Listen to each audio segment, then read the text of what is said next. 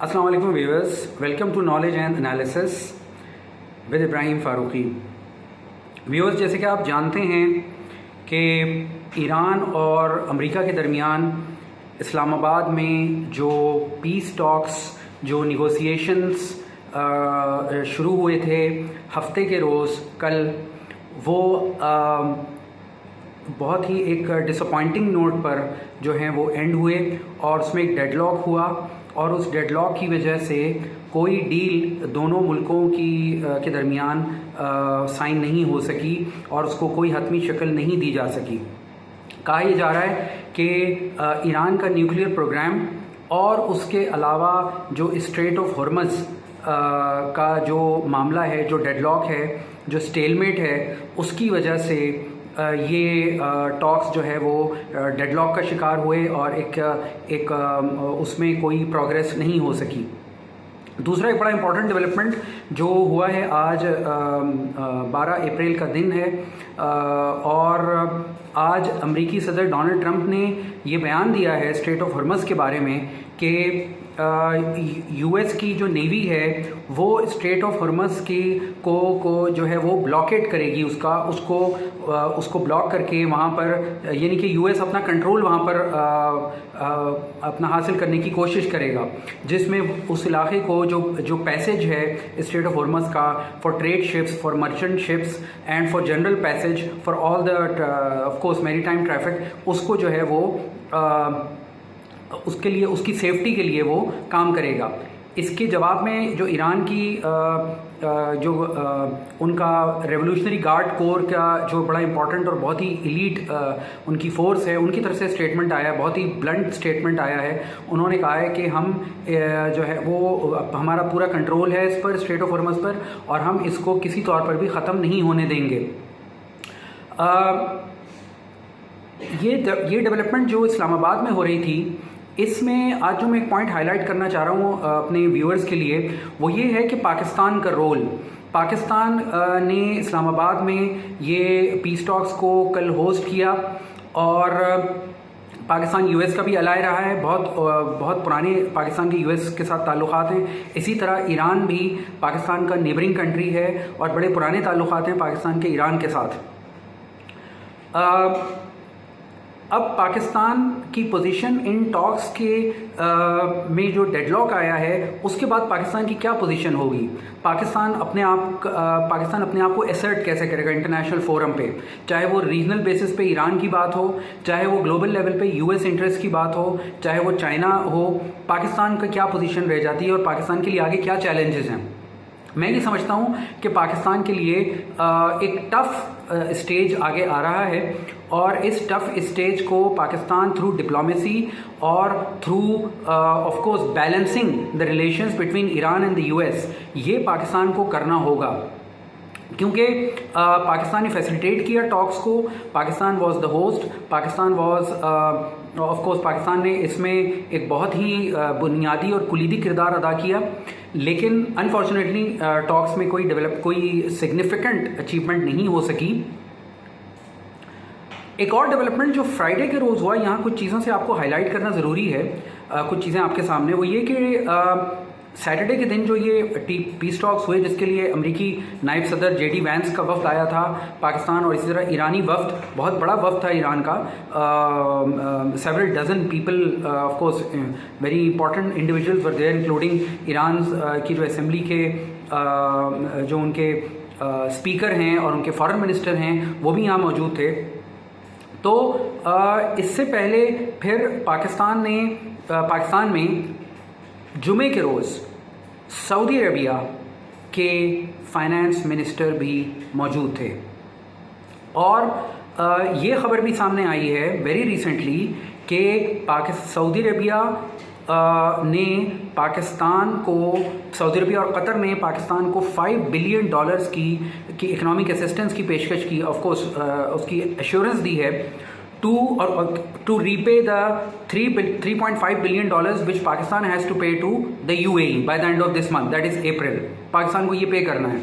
तो पाकिस्तान क्योंकि इकोनॉमिकली बहुत ज़्यादा स्ट्रॉन्ग पोजीशन में नहीं है इस वक्त, बहुत इकोनॉमिकली बहुत फ्रेजाइल कंडीशन है पाकिस्तान की मैक्रो लेवल पे, पाकिस्तान की इकोनॉमी की फॉर वेरियस रीजंस।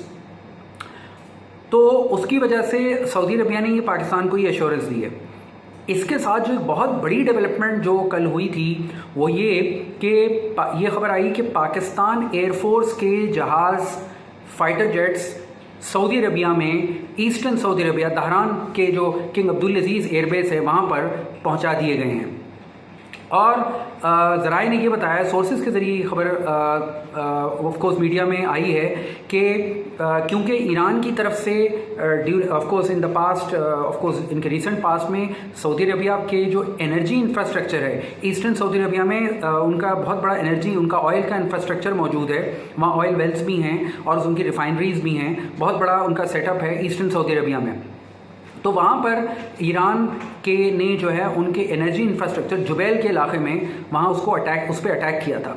और जिसमें एक रिपोर्ट के मुताबिक एक सऊदी नेशनल की डेथ भी हुई थी। तो पाकिस्तान ने क्योंकि पाकिस्तान का सऊदी अरबिया से एक डेकेड्स ओल्ड, बहुत पुराना जो है वो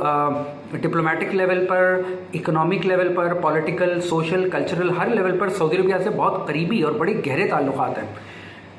लास्ट सितंबर 2025 ये पाकिस्तान और सऊदी अरबिया के ताल्लुकात में एक नया डेवलपमेंट, एक बहुत ही इंपॉर्टेंट और बड़ी मेजर डेवलपमेंट ये हुई थी कि दोनों मुल्कों ने सिक्योरिटी के मामले पर एक दूसरे से जो है वो कोऑपरेशन को एक नए लेवल पर ले गए और एक म्यूचुअल डिफेंस एग्रीमेंट साइन किया पाकिस्तान और सऊदी अरबिया ने, जिसके तहत पाकिस्तान और सऊदी अरबिया दोनों इनके किसी एक मुल्क पर हमला दूसरे मुल्क पर हमला तस्वुर किया जाएगा। ये बड़ी इंपॉर्टेंट बात थी उस एग्रीमेंट की। तो अगर हम ये जो पाकिस्तान का अपनी एयरफोर्स के कुछ जहाज़ों को ईस्टर्न सऊदी अरबिया में भेजना का जो मामला है, इसको अगर हम देखें तो इससे ये पता चलता है कि पाकिस्तान सऊदी अरबिया के डिफेंस में अब आगे आ रहा है, प्रैक्टिकली आगे आ रहा है। और इसमें जो रिपोर्ट जिसमें ये जेट्स की बात की गई है, पाकिस्तानी जेट्स जो ईस्टर्न सऊदी अरबिया में पहुंचाए गए हैं, इसमें कहा यह गया है कि ये वहाँ डिफेंस के लिए पहुंचाए गए हैं, not to attack any country. Pakistan का किसी मुल्क पर या किसी पावर पर, किसी ग्रुप पर, किसी इलाके पर, किसी रीजन पर अटैक करने का पाकिस्तान का या पाकिस्तान की एयरफोर्स का कोई भी ऐसा इरादा नहीं है, ये रिपोर्ट में कहा गया है थ्रू सोर्सेज। बल्कि वो वहाँ जो सऊदी अरबिया गए हैं उनको वहाँ पर डिप्लॉय किया गया है, वो मज़ीद अटैक्स को रोकने, उनको उनके डिफेंस के लिए वहाँ उनको भेजा गया है। ये स्टेटमेंट आया है मीडिया रिपोर्ट्स में पाकिस्तान की एयरफोर्स के डिप्लॉयमेंट के बारे में जो सऊदी अरबिया में की गई है। यहाँ मैं एक बात करना चाहूँगा और वो ये कि डिप्लोमेसी क्योंकि एक बहुत बड़ी फील्ड है, बहुत कॉम्प्लिकेटेड फील्ड है और मल्टी डायमेंशनल है, इसके बहुत सारे यानी के एस्पेक्ट्स होते हैं, इसके कल्चरल एस्पेक्ट्स, हिस्टोरिकल एस्पेक्ट्स होते हैं, इकोनॉमिक एस्पेक्ट्स होते हैं और स्ट्रेटेजिक एस्पेक्ट्स होते हैं। तो तमाम पहलुओं को सामने रखते हुए पाकिस्तान के लिए इस वक्त पाकिस्तान एक बहुत एक टफ सिचुएशन में है। पाकिस्तान से शायद पाकिस्तान को अगले आने वाले चंद दिनों हफ्तों में गुजरना पड़े, क्योंकि एक तरफ अगर पाकिस्तान सऊदी अरबिया को जो है वो के डिफेंस के लिए अपनी डिप्लोमेसी को और अपनी मिलिट्री को ऑफ कोर्स एक लिमिटेड वे में एयरफोर्स को वहाँ जो उन्होंने भेजा है उसको यूज़ करने की तरफ गामजन है, तो दूसरी तरफ पाकिस्तान का जो साउथ वेस्ट में हम नेबर है हमारा, दैट इज़ ईरान, जिससे हमारा तकरीबन 900 किलोमीटर्स का बॉर्डर लगता है और बड़ा पुराना पाकिस्तान का से ताल्लुकात हैं ईरान के। तो इन दोनों मुल्कों के साथ पाकिस्तान को अपने रिलेशंस को बैलेंस करना through diplomacy, of course through the use of all the diplomatic means Pakistan को ये करना होगा। क्योंकि अगर सिचुएशन एस्केलेट करती है, जैसे मैंने आपसे पहले अर्ज़ किया, स्ट्रेट ऑफ हॉर्मज़ की वजह से अगर सिचुएशन एस्केलेट करती है ईरान और यूएस के दरमियान, तो फिर ईरान और यूएस में मिलिट्री एस्केलेशन जब बढ़ता है तो दोनों के दरमियान एक क्लैश, एक हाई लेवल क्लैश का दोबारा आगाज़ होने का खदशा होगा, जो अभी 14 डे का जो सीज़फायर एग्रीमेंट है जिसकी वजह से अभी मामला रुके हुए हैं। दूसरी बात ये कि अगर ईरान या सऊदी अरबिया दोनों पे एक दूसरे पे of course tit for tat attacks करते हैं, तो ईरान के पास जो टारगेट्स हैं, जो पहले हो चुका है, इससे पहले जो 28 फरवरी से जंग चल रही है, ईरान ने मिडिल ईस्ट के डिफरेंट जो कंट्रीज़ हैं, इंक्लूड ऑफ कोर्स जो अरब कंट्रीज़ हैं, और उसके अलावा इसराइल, इनको टारगेट किया है, इंक्लूडिंग सऊदी अरबिया। तो अगर ईरान सऊदी अरबिया में, जहाँ कई जगहों पर यूएस बेसिस भी मौजूद हैं, उनको अगर टारगेट करता है, तो पाकिस्तान उस वक्त कहाँ खड़ा होगा, पाकिस्तान के लिए क्या चैलेंजेस होंगे, पाकिस्तान उस सिचुएशन से कैसे निकलेगा, पाकिस्तान के लिए क्या पाकिस्तान उसके लिए प्लान कर रहा है, ये एक बहुत बड़ा सवाल है पाकिस्तान की क़यादत के लिए, सिविलियन क़यादत के लिए भी, मिलिट्री लीडरशिप के लिए भी, हमारे डिप्लोमेट्स के लिए भी, हमारी डिफेंस मिनिस्ट्री, हमारी foreign ministry, everyone has to come forward and make a collective, comprehensive and long term decision in this regard, जिसमें जहां हमको ईरान और सऊदी अरबिया दोनों के साथ ताल्लुकात को बैलेंस करना है, वहीं हमको पाकिस्तान को इस बात का भी ख्याल रखना होगा कि पाकिस्तान जो है वो क्योंकि इसमें यूएस एक बहुत बड़ा ऑफ कोर्स पार्टनर है, इस यानी कि एक स्टेक होल्डर है इस जंग में, बहुत बड़ा स्टेक होल्डर है। तो यूएस को पाकिस्तान फिर कैसे पाकिस्तान यूएस से कैसे डील करेगा, इस सिलसिले में पाकिस्तान के लिए पास जो एक पॉजिटिव एस्पेक्ट है, मैं समझता हूँ, वो ये है कि पाकिस्तान का एक पड़ोसी मुल्क, पाकिस्तान का एक long term all weather strategic और इकोनॉमिक एलाय, जिस पर पाकिस्तान ट्रस्ट कर सकता है। ऑफ कोर्स हमेशा पाकिस्तान ने ट्रस्ट किया, और उसका ट्रस्ट हमेशा उस मुल्क ने पाकिस्तान को हमेशा से उस पर वो पूरा उतरा है, और पाकिस्तान भी उस मुल्क के ट्रस्ट पे पूरा उतरा है, दैट इज़ चाइना। पाकिस्तान को चाइना को भी साथ लेके चलना होगा, क्योंकि स्ट्रेट ऑफ हॉर्मज़ में अगर इसकी वजह यह भी है कि अगर स्ट्रेट ऑफ हॉर्मज़ में कोई डेवलपमेंट होती है और कोई एस्केलेशन होती है, तो उससे चाइना भी इफ़ेक्ट होगा, क्योंकि China is a very of course it's a major importer of Iranian oil. Iran का ऑयल का तकरीबन 80 to 90% जो ऑयल है वो चाइना ख़रीदता है, क्योंकि ईरान वेस्टर्न वर्ल्ड को ऑयल नहीं सेल कर सकता, और चाइना क्योंकि बहुत बड़ा उसका कंजम्पशन है, बहुत बड़ी इकॉनमी है, तो इस वजह से चाइना वो ऑयल ख़रीदता है। तो वो ऑयल स्ट्रेट ऑफ हॉर्मज़ के ज़रिए ही आता है। तो स्ट्रेट ऑफ हॉर्मज़ का जो एलिमेंट है का जो डेडलॉक है, उसको भी देखना होगा। और मैं समझता हूँ कि इस पूरे सिनेरियो में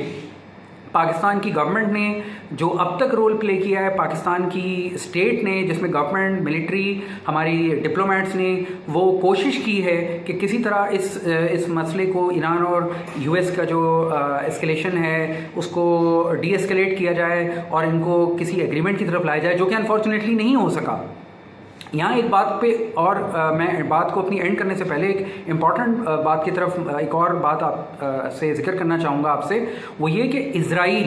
इज़राइल का जो एक बहुत बड़ा स्टेक होल्डर है इस पूरी जंग का, ज़ाहिर है यूएस, इज़राइल एंड ईरान।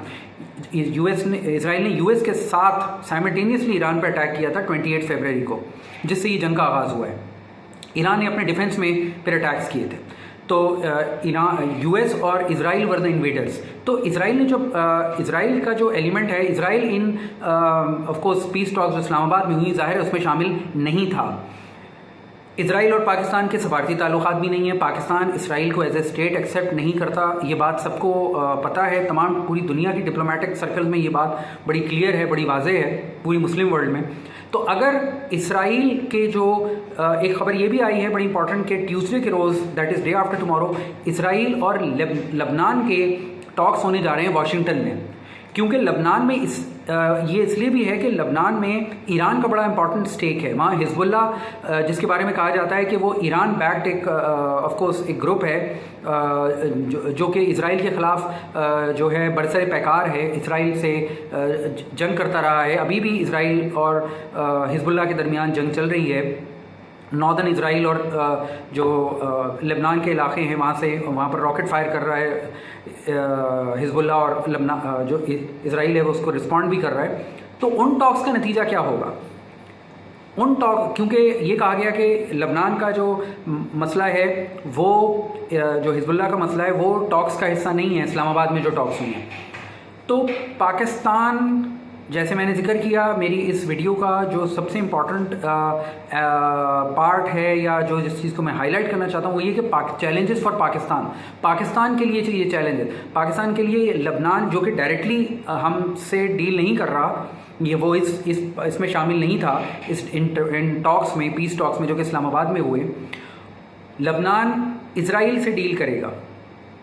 लेकिन पाकिस्तान को इस पर भी नज़र रखनी होगी, क्योंकि बिल आखिर लबनान इजराइल का बहुत इंपॉर्टेंट नेबर है और इजराइल ने ही ये जंग स्टार्ट की है। इजराइल इज़ द अग्रेसर। और इजराइल का जो आपको पता है कि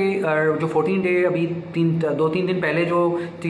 जो सीज़ फायर एग्रीमेंट हुआ था US और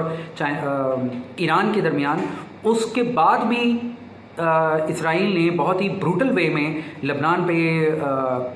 बम्बार्डमेंट की है, हमले किए हैं, और जिससे ये ज़ाहिर होता है कि इजराइल का अग्रेशन एक बहुत ही अबव द रेस्ट जिसको कहेंगे उस लेवल पर है, और उसको रोकने के लिए उस लबनान के एलिमेंट को जो है वो निगोशिएटिंग टेबल पर लाने के लिए और चीज़ों को कंट्रोल करने के लिए पाकिस्तान को अपनी डिप्लोमेसी को भी एक नए लेवल पर लेके जाना होगा। तो ये था आज का एक मुख्तसर सा एक तज्ज़िया जो पाकिस्तान की सफारतकारी जो अब तक हुई है, जो आगे चैलेंजेस पाकिस्तान को ईरान, US और इजराइल वॉर में जो